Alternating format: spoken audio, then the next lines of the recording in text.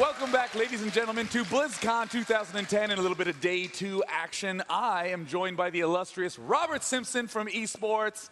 Give it up for Rob. You may know him from the battle reports.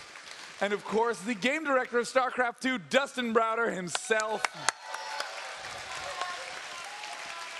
And of course, I know this is a nice break for both of you. You get to come up on the big stage and see NEXGenius versus Loner. Unbelievable. I'm so excited by this match. And I have a microphone right now, and that's a lot of power. And I'm going to abuse that power for just one moment. BlizzCon, if you can hear my voice and you are not at the RTS stage, you are in the wrong place. This crowd is like, yes, Come we are the only right ones we got here. Very little room left, but you can maybe squeeze in. This is the place to be right now if you want to see some amazing games played by some absolute gladiators of the sport.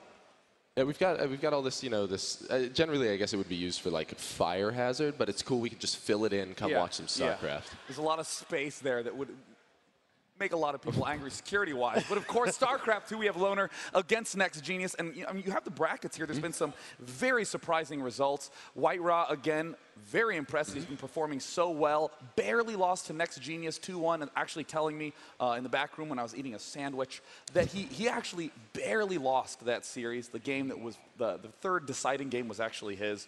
But I mean, that just really goes to show the caliber of play that, that we have at this tournament. And of course, Loner, did you guys get a chance to see the match that was just recently up on stage? Yes. Just amazing, amazing play. Yeah. I mean, just insane, relentless macro. Let's talk a little bit about NEXGenius first. He is Protoss player from South Korea, has played in the GOM TV Star League, shoutcasted by the two people not on stage right now, Tasteless and Artosis. Been performing very well there. And Loner is really the upcoming hope of China. He is honestly the #1 player in China right now. A lot of people knew he was strong, but because this is the first time that so many players have joined together at a tournament like this, we're really getting to see how much stronger he really is. Yeah, and I think that Loner is certainly in a very, very good position in this match because he's obviously a very practiced-up player. We just saw him do extremely well against Sent. Two very, like, convincing matches. Absolutely. And I think that we should see an awesome showing out of him here.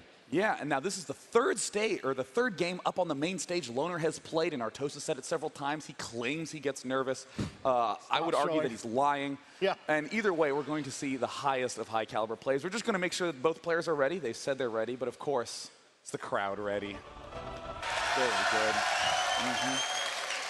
Now, of course, if there are any Loner fans, the fans of your Chinese Terran superhero, give a cheer for Loner. Third big game up on the main stage. And if there's any NEXGenius fans, the Protoss Korean champion.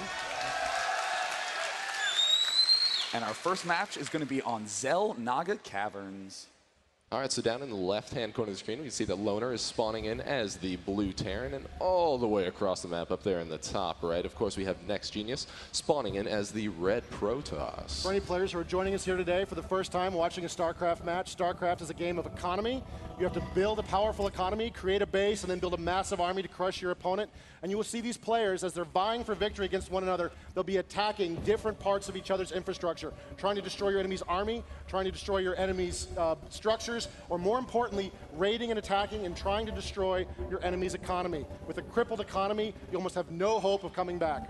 Absolutely, and of course, the blue minerals, this is just your general cash flow. Always, everything costs minerals, always want lots of minerals, but it's these gas geysers that really show when they're teching up to bigger, more powerful units. And top players, they're always looking for hints and signs of what their opponent is planning, and when they take these Vespene geysers, it's always a big sign. And this is a vital part of StarCraft. You've got to scout, you've got to know what your enemy's up to, and you'll watch these players do this throughout the match. They'll send single units, often expending them, losing them completely, but just to get a little bit of information so they can understand what's going on, so they can make the right moves to counter. That's right, because in StarCraft, scouting is essential. If you don't know what your opponent's up to, you're going to be in big trouble in any match. We saw a couple situations yesterday where players were just completely unprepared for certain tech pushes, and they really could have saved the game by just establishing some map control and getting some scouts out. And we can see right now that both the players are sending their initial scouts across the map because they want to get that information as soon as possible. Yes, with those initial workers, no units made yet from either player. Loner has made a barracks,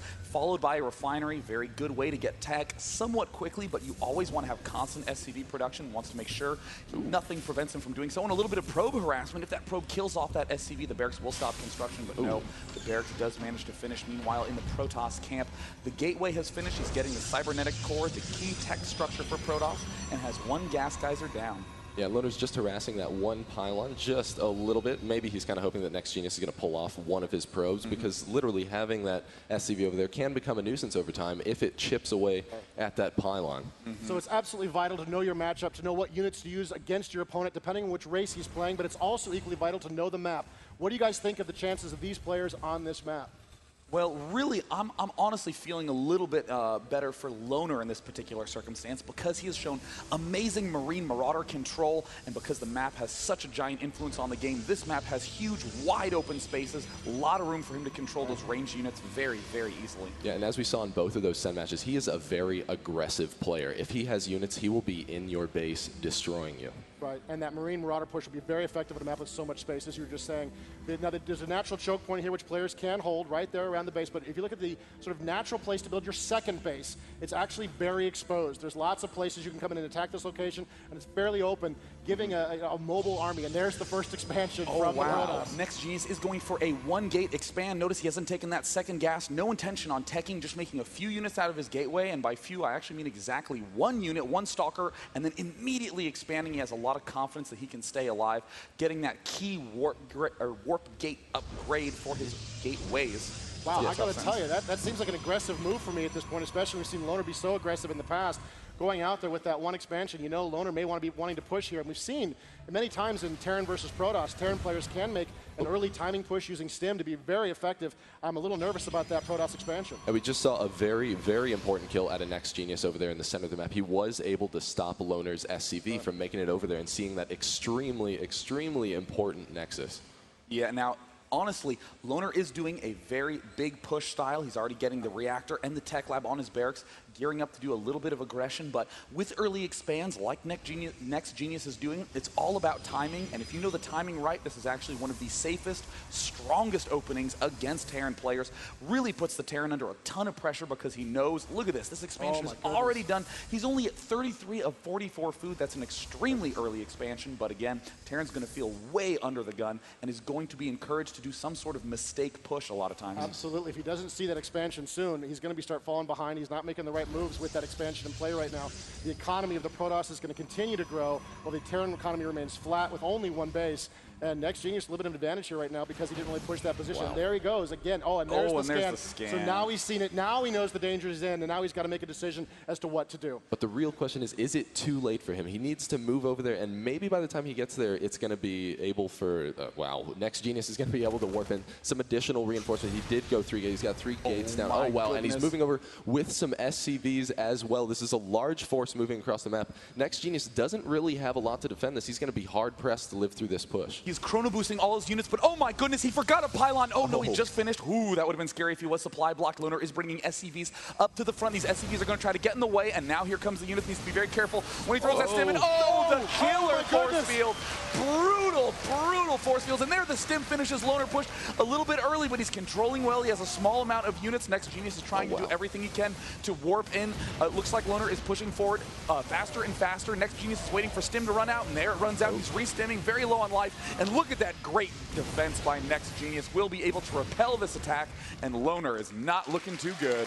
Wow, yeah. Unbelievable. That was really, really awesome force field play from NEXGenius. Oh, that was fantastic. Got in a situation that could have turned very, very bad for him really quickly. He was able to get out there, cut the force in half, and it was exactly the right timing before Stim finished. If Stim had been finished just a couple seconds before, and Loner could have used that and maybe gotten past an area where it would have been so easy to cut off his army, it came down to the last second. Yeah, it was very close. And both players using the workers in the battle, trying to get every little edge that they can, sacrificing a little bit of economy, just trying to make sure that they won that fight.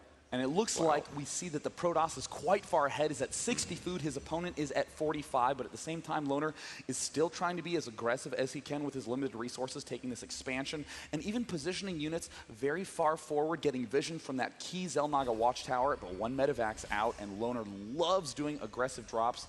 NEXGenius does have the economy. He's feeling comfortable, but he still needs to stay defensive for a little while longer as he has so many vulnerable points. And we can see across the center of the map right now, Loner looks like he could be going for a drop. This is something that he really needs to get off in order to play catch-up. He needs to stop NEXGenius's economy for just a little bit. NEXGenius moving his observer across the map. He needs to also gather information on his opponent. He has no idea that there is a starport in Loner's base right now.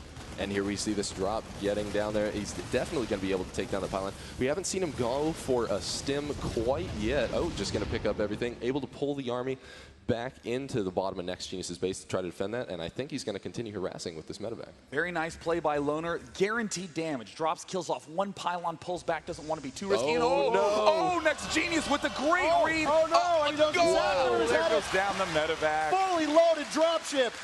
Blown to pieces right over the Protoss base. Huge loss. He wanted to keep that unit in the game. He wanted to keep that raid potential there. That handful of units could have really made all the difference in continuing to harass the Protoss. And here comes the move. The Protoss player boiling across the map, sending a huge army to engage the Terrans. Yeah, now NEXGenius knows that there is not much over here for Loner to defend with. We do see that observer in position. Loner frantically trying to get down a couple bunkers, but will they be able to finish in time? NEXGenius right now would be a very good time for him to push before he's able to finish off and load up those bunkers. And here he goes. NEXGenius now moving in. See a bunch of those Marines trying to catch up, and the Stalker's doing a very good job picking off a couple Marines and just chipping away at that army. He's going to fall a couple free kills right there, and then he backs away as the bunker's complete. Oh, and we see a lone Marine very quickly stimming across the map to try and scout NEXGenius' base.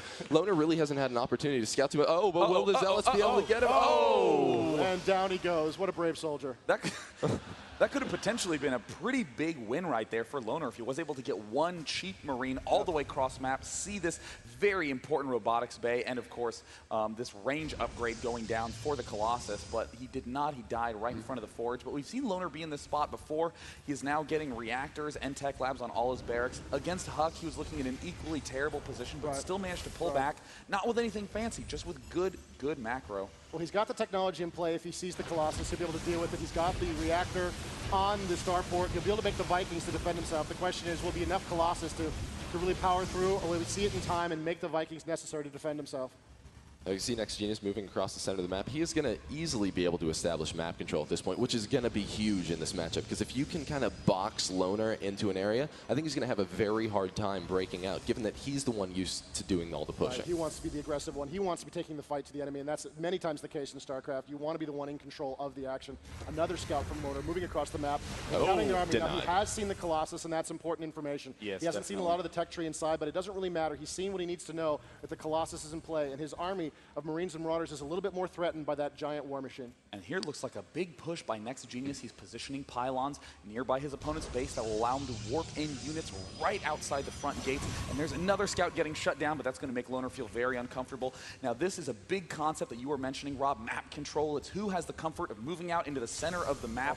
And it looks like NEXGenius clearly has good control right now. Advancing forward, just going to pick off these supply depots, going for that guaranteed damage. And oh no, it looks like Loner's going to be able to repair in time. He's trying to salvage those bunkers, get a little bit of extra cash. But notice, if we just look at the vision of Loner, he is cramped in, he is in panic mode, just having to defend. But if we look at the vision of NEXGenius, he has the whole map covered, can easily expand, and is pushing forward with these Colossi.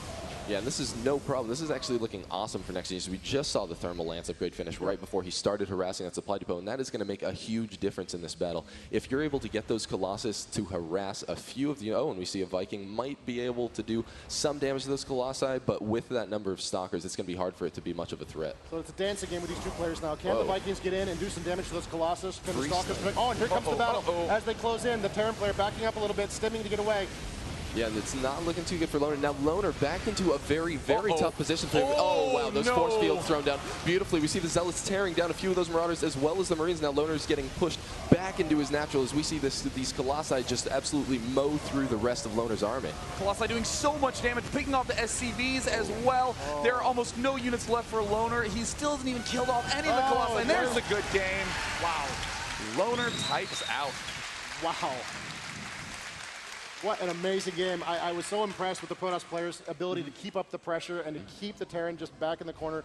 Loner just in trouble from very early on and could never really recover after that initial push. Right, and from the beginning, what made it very hard for Loner to come back from that was that he didn't get over there and see that expansion soon enough. If you're not able to get over there and get some units on the field and stop that, you're just going to be falling behind for the rest of the game. But I mean, I think really that once he did see it, it's a mistake to push. It's that panic that ensues when you go, my God, he has an Expo up. Well, maybe I need to try to kill that before he can actually make use of it. But you saw NEXGenius get those 4 warp gates out so fast and just in time to be able to defend the push.